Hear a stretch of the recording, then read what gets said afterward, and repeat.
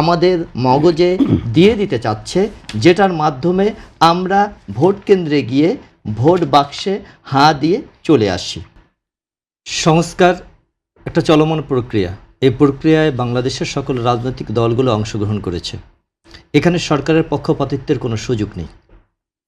সরকার রাষ্ট্রের নিয়ন্ত্রক এবং চালিকা শক্তি হিসাবে সে সার্বিকভাবে সকল রাজনৈতিক দলগুলোর এই মুহূর্তে অভিভাবক।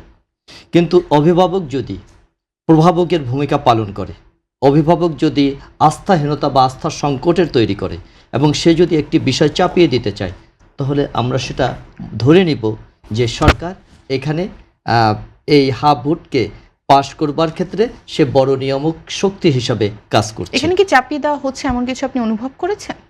সরকার যখন তার বিভিন্ন মাধ্যমগুলো থেকে এবং রাষ্ট্রের অর্গানগুলো থেকে যখন প্রচার করে যে গণভোটে হা ভোটের পক্ষে প্রচারণা চালাবার জন্য বিভিন্নভাবে নির্দেশনা প্রদান করে, তখন আমরা মনে করি এটা চালিয়ে দেবার একটা প্রক্রিয়া, এবং এই প্রক্রিয়ার সাথে কয়েকটি রাজনৈতিক দলের সম্পৃক্ততাও আমরা নানাভাবে লক্ষ্য করেছি।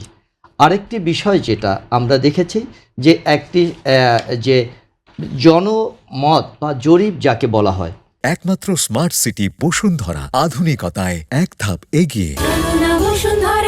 আমরা সাধারণ মানুষের সাথে যখন কথা বলেছি, শ্রমিকের সাথে কথা বলেছি, অথবা বিভিন্ন রাজনৈতিক দলের যারা সক্রিয় কর্মী হিসাবে রাজপথে আন্দোলনে লিপ্ত রয়েছে, এই মুহূর্তেও আমরা যদি তাদের কাছেও জিজ্ঞেস করেছি গণভোটে হা এবং নায়ের পার্থক্য কি কি, তারা কেউই বুঝতে পারছে না, তারা কেউ জানছেও না ওখানে কি কি জিনিসের উপর তারা হা ভোট দেবে।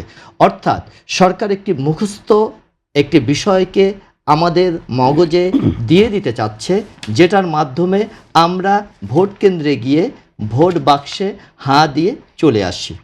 অন্যদিকে আরেকটি প্রক্রিয়াও এখানে এই হা ভোট এবং না ভোটের কারণে আরেকটি বিষয় আমরা লক্ষ্য করব যে এবছর যে 12ই ফেব্রুয়ারি নির্বাচন হতে যাচ্ছে, সেই নির্বাচনে অন্ততপক্ষে পার্টিসিপেট অনেক বেশি হবে।